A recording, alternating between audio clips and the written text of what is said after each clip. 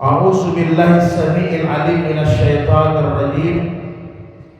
Bismillahirrahmanirrahim. Wa laqad uhiya ilaika wa ilal ladzina min qablika la in asrakta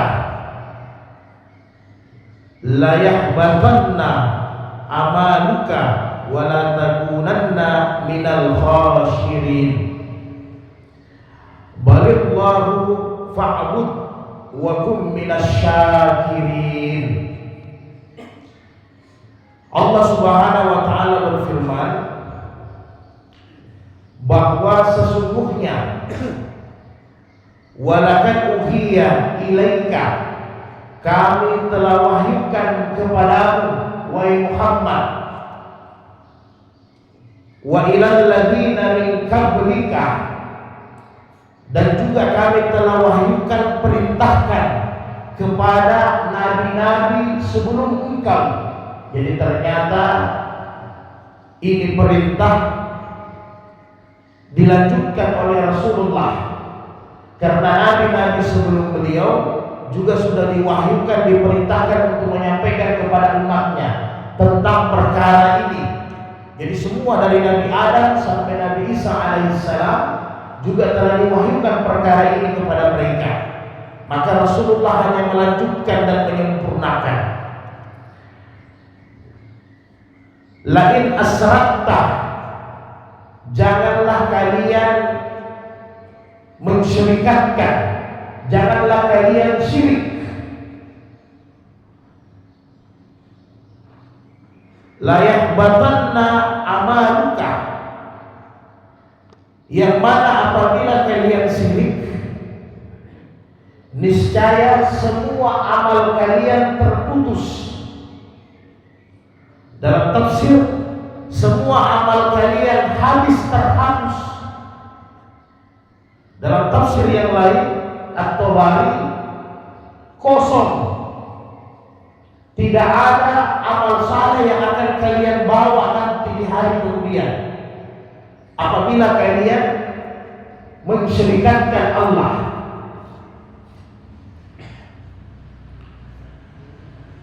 Wala takunanna minal khasirin, maka akibatnya kalian termasuk orang-orang yang merugi. Bukan hanya menyesal, tetapi kalian termasuk orang yang rugi. Apa yang dimaksud rugi ini? Nanti beberapa ayat Quran menjelaskan tentang hal ini.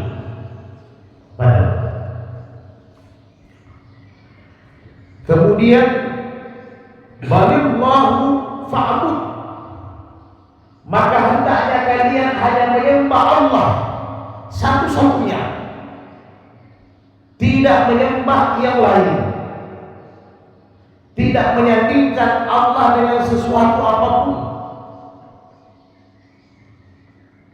Wa kun minasy syakirin, maka jadilah kalian orang-orang yang bersyukur kepada Allah Subhanahu wa taala. Maka saudaraku yang dimuliakan Allah Subhanahu wa taala,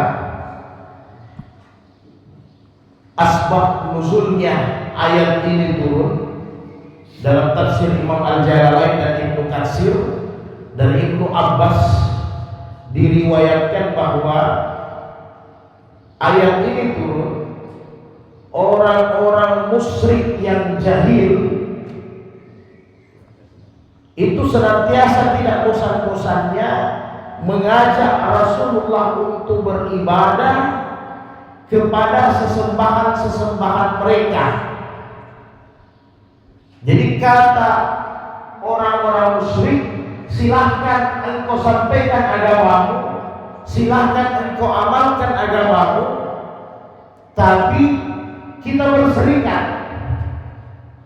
Berserikat itu apa? Kita kerjasama. Sama-sama juga engkau sembah agama yang sudah terdahulu, agama dari nenek moyangmu. Jadi disuruh Nabi ini untuk gado-gado, campur-campur, supaya kehidupan katanya aman. kau juga tidak ditindas. Jadi marilah kau laksanakan agamamu silahkan, tapi pada waktu-waktu tertentu ketika ada ritual agama kita, sesembahan agama kita, kau sembah juga. Jadi kan aman, jadi enak. Kami juga tidak larang kau mendakwakan Islam beserta pengikutmu, kami tidak siksa juga. Jadi itu tawaran orang Quraisy ketika Nabi mau menyampaikan agama dengan garis lurus ketika itu. Jadi ada tawaran, kita sembah juga sama-sama, silakan kita berislam, tapi jangan lepas itu nenek moyangmu. Begitu. Kita tetap berislam, tapi jangan dilepas itu kultur kita yang sudah lama dari nenek moyang kita. Jangan dibuang, tetap dilestarikan. Ini ajakan mereka. Sehingga walaupun dia seorang Nabi Rasulullah, Allah turunkan ini ayat untuk memperingatkan Nabi, wahai Rasulullah, dia engkau Nabi, kalau engkau syirik kepada Allah, maka amalmu juga terputus. Jadi sehingga ahli tafsir mengatakan, para ulama, kalau seorang Nabi saja melakukan syirik, dia akan menyesal rugi, semua amalnya habis. Maka bagaimana kita orang-orang awam ini kalau melakukan syirik kepada Allah?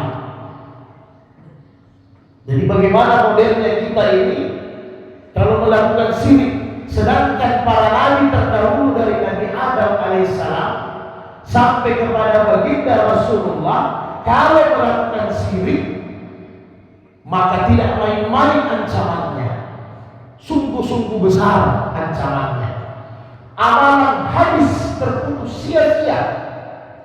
Bertahun-tahun kita sujud kepada Allah, bertahun-tahun kita beramal saleh, semuanya habis di sisi Allah hanya gara-gara kita melakukan syirik kepadanya, mencampur adukan itu agama. Jadi kalau kata-kata syirik ini sudah sering kita dengar di telinga kita. Kalau dalam bahasa dari kata-kata syarika, yasriku syirkan. Kalau artinya secara harfiah, kerjasama atau berkongsi, bersekutu. Kalau dalam ekonomi ada namanya berserikat. Artinya apa? Berarti modal usaha itu tidak berdiri sendiri, banyak yang punya. Maka kalau dari sisi tauhid, dari sisi agama, yang disebut dengan berserikat berarti tidak bisa berkongsi, tidak boleh berduakan, tidak boleh bersekutu dengan sesuatu. Ketika kita sudah menyembah hanya Allah, maka itu yang harus kita sembah. Tidak boleh dibagi-bagi. Kalau saudara-saudara kita non-muslim, tidak ada masalah. Memang sudah begitu ketauhidan mereka. Tapi dalam Islam tidak bisa tawar-menawar. Dan kata Allah bahwasanya bukan hanya rugi, nanti di hari kemudian, innahu may yusyriku billahi faqad harramallahu alaihi jannah wa ma'wahu an-nar wa ma liz-zalimina min ansar.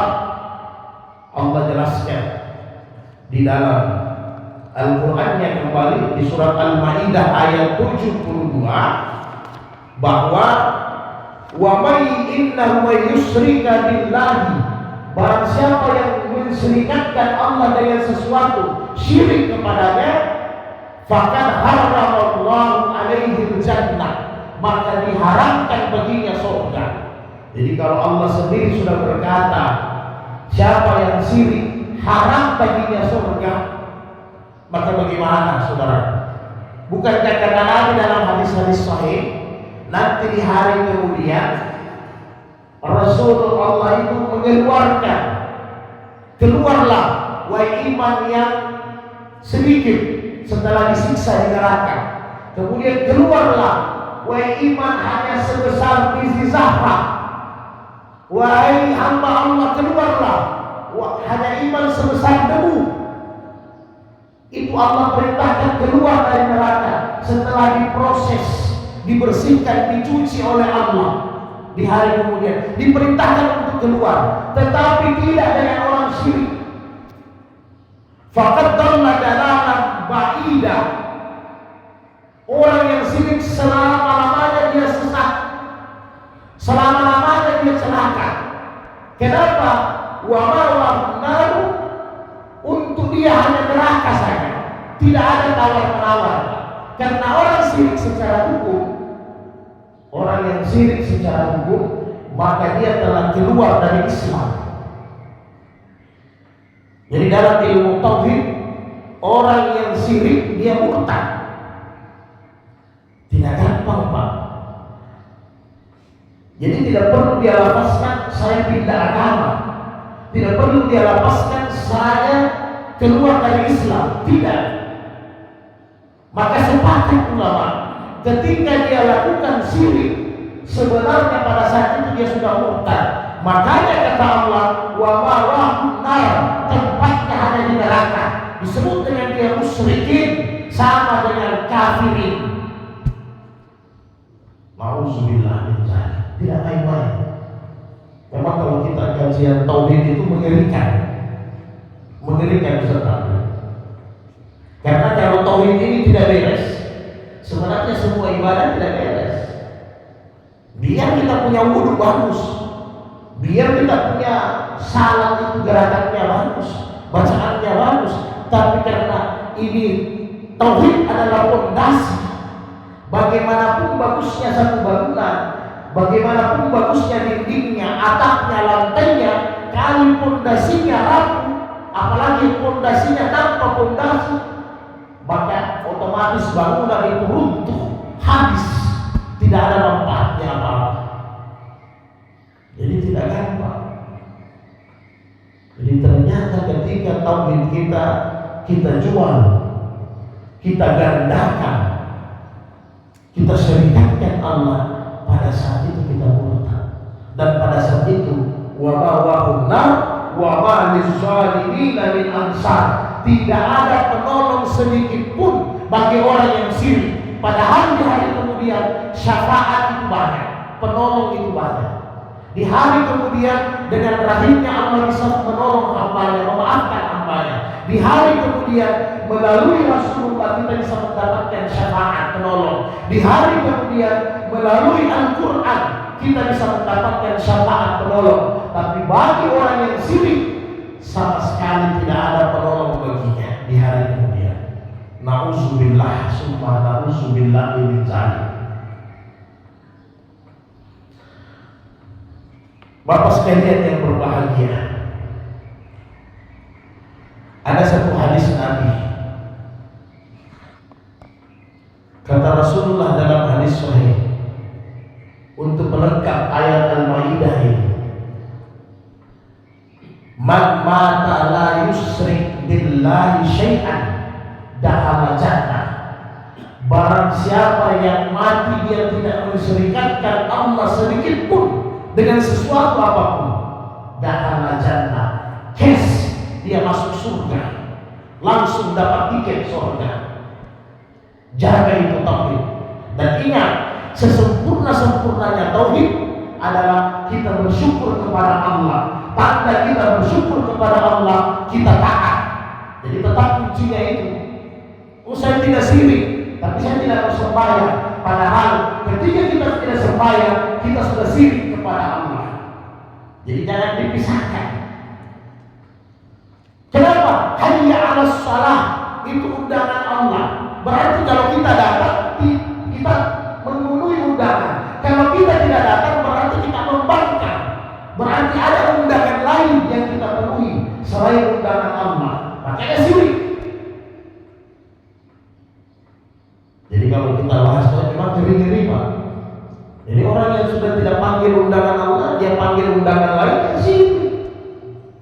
Asik kita menonton TV di rumah, ini masih yang kecil-kecil, belum yang besar.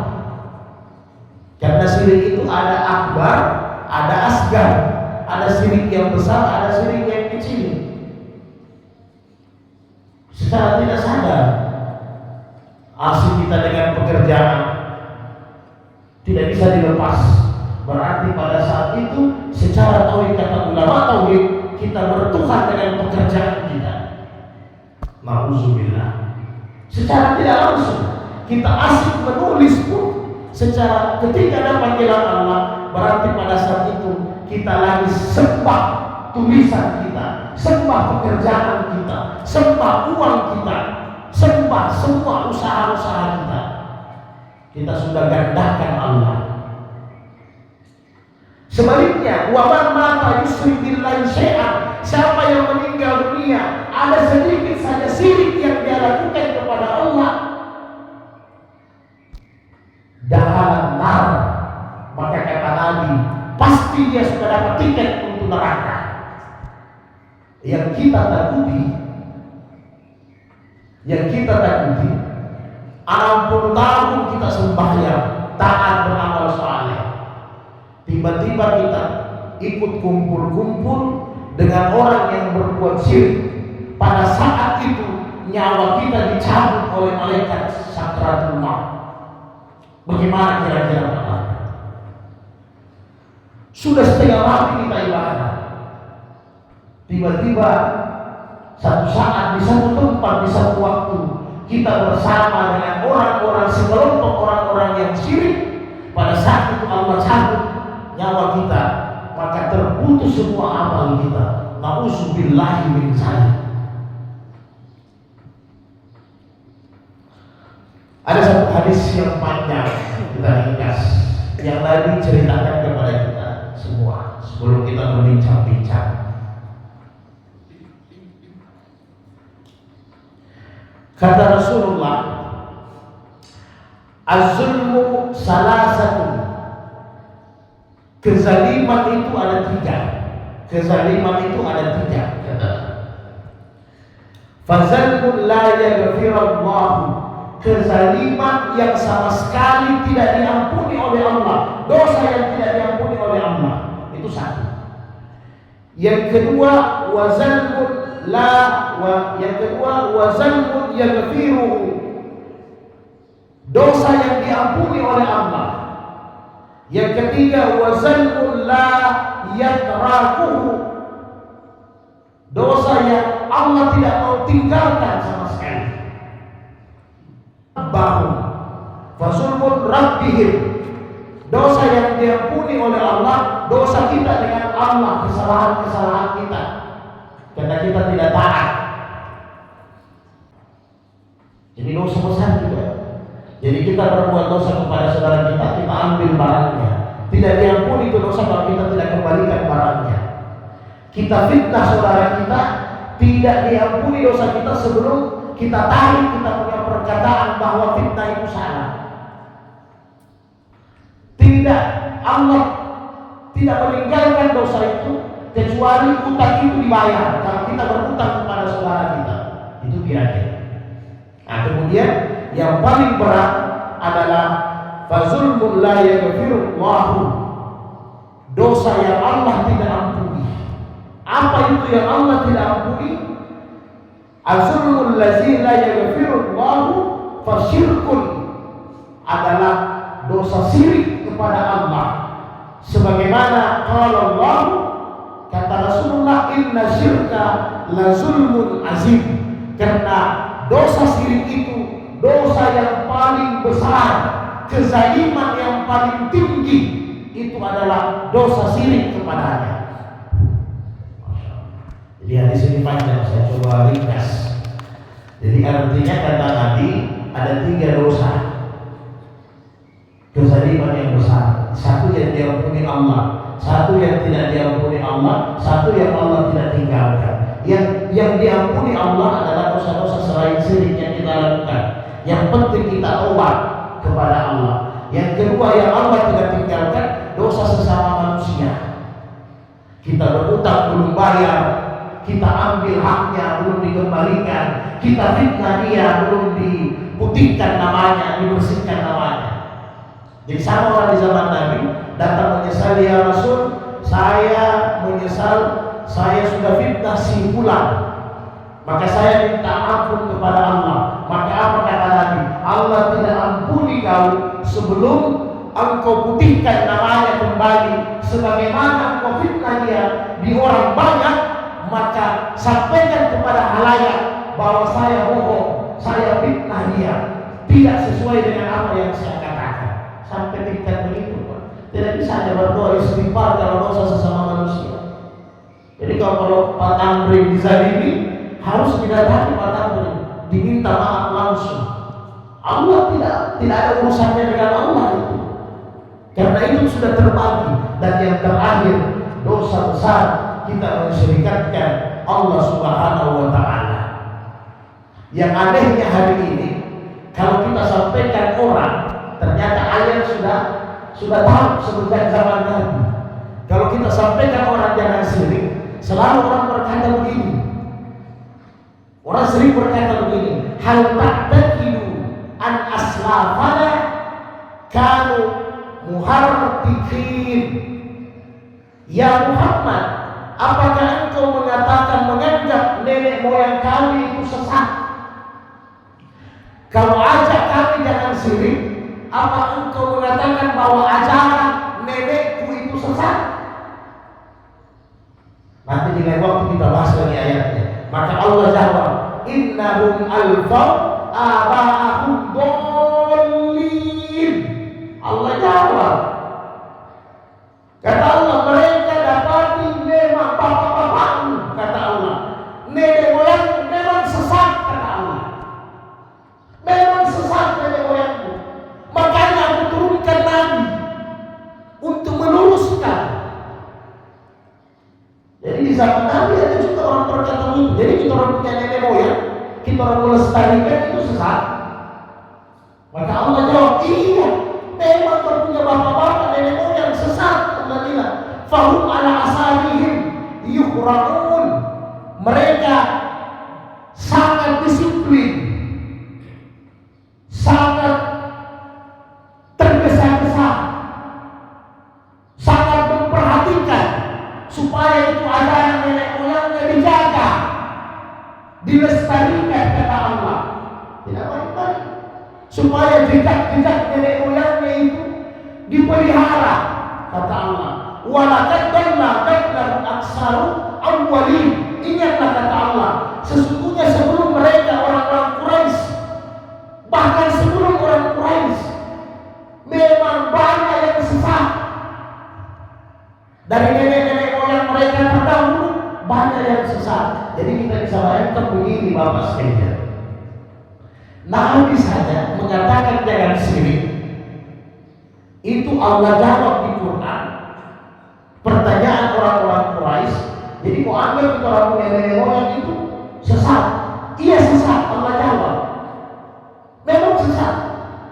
Kemudian Allah jawab kembali bahwa jangankan kau punya nenek moyang ini Quraisy, sebelum Quraisy pun, sebelum Quraisy memang sudah banyak yang sesat. Makanya saya turunkan nabi. Jadi kalau mau bicara nenek moyang, ternyata bukan hanya nenek moyangnya Nabi punya nenek moyang juga terlambat. Masih ada nenek moyang sebelum Quraisy juga sesat karena mereka syirik musyrik kepada Allah Subhanahu wa Ta'ala. Jadi Bapak-bapak sekalian, ini sebagai mukadimah kita. Mudah-mudahan masih banyak di Quran tentang perkara-perkara syirik kepada Allah ini. Kadang kita lihat dia tipis, halus, tapi ternyata kita sudah jatuh di tempat yang syirik. Ya begitu. Kadang bahasanya dihaluskan, dipoles, mungkin dipoles ya, kearifan lokal, ya kira-kira begitu. Dipoles, istilahnya kalau kezaliman ada haknya, kan begitu. Oh LGBT boleh, karena itu hak asasi manusia. Jadi haknya yang memoles. Jadi seolah-olah homo boleh, perzinahan boleh, kan begitu. Jadi kita bilang, oh LGBT hak. Kenapa?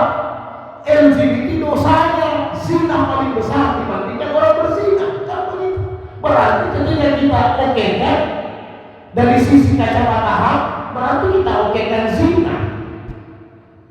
Itu kalau di perkara zina. Nah, di perkara tauhid begini juga. Jadi dipoles dengan bahasa-bahasa kearifan yang harus kita jaga. Padahal secara tidak langsung kita telah membuat kita punya akidah menjadi menu gado-gado. Tidak bisa. Demikian. Assalamualaikum. Ada masalah? Kita bahas bersama-sama. Silakan. Iya, pada pagi.